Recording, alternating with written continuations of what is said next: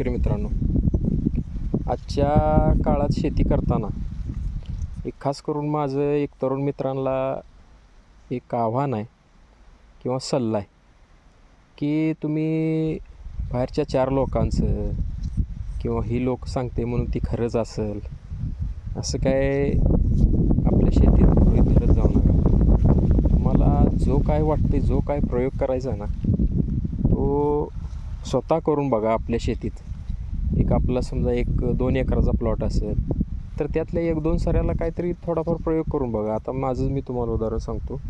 ही variety जी आहे ना ही माझी SNK 13374चा ऊस प्लॉट आहे. ऊसाला 2 महिने झालेत आता, म्हणजे उगवण होऊन 2 महिने झाले. तशी मी कांडी लागवड ती 13 जूनची आहे माझी.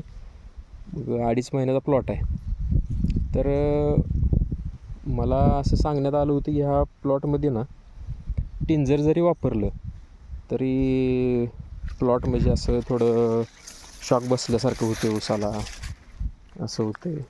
मग मी काय केलं शेतकरी मित्रांनो, माझा दुसरा 265 प्लॉट आहे तिथं मी तमर डायरेक्टचं फवारलेलं होतं. मग काय केलं, त्यातला एक पंप मी आणून थोडा प्रयोग केला 2 सऱ्याला.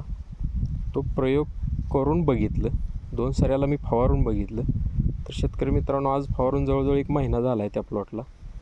तर काहीही म्हणजे असं शॉक बसलेलं नाही किंवा ऊसाची वाढ थांबलेली नाही, सगळ्या ऊसाबरोबर आहे तो. मग मी काय केलं, तोच प्रयोग पूर्ण प्लॉटमध्ये केला, तमर डायरेक्ट्स आणि 2,4-D. तर मला सांगण्याचं एवढंच आहे की तुम्ही प्रयोगशील व्हा शेतकरी मित्रांनो.